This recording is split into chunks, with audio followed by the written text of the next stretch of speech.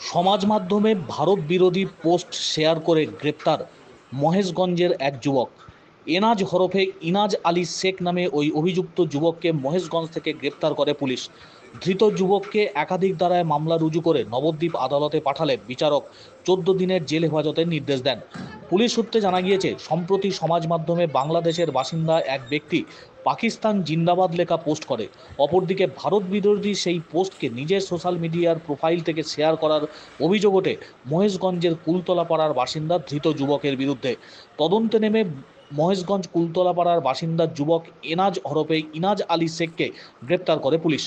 Police জানিয়েছে, সম্প্রতি বাংলাদেশের এক ব্যক্তির ভারত বিরোধী পোস্টকে নিজের প্রোফাইল থেকে সমাজ মাধ্যমে শেয়ার করার অভিযোগ উঠেছে মহেশগঞ্জের বাসিন্দা ধৃত যুবক এর বিরুদ্ধে। ভারত বিরোধী পোস্ট শেয়ার করার অভিযোগ পাওয়ার পরই তদন্ত শুরু করে পুলিশ। তারপরে অভিযুক্ত যুবককে গ্রেপ্তার করা হয়, ধৃতকে পেশ করা হয় আদালতে। আর এই ঘটনা জানাজানি হওয়ার পরই সাধারণ মানুষের মধ্যে তীব্র ক্ষোভ দানা বেঁধেছে। ভারত বিরোধী পোস্ট সমাজ মাধ্যমে শেয়ার করে গ্রেপ্তার এক যুবক।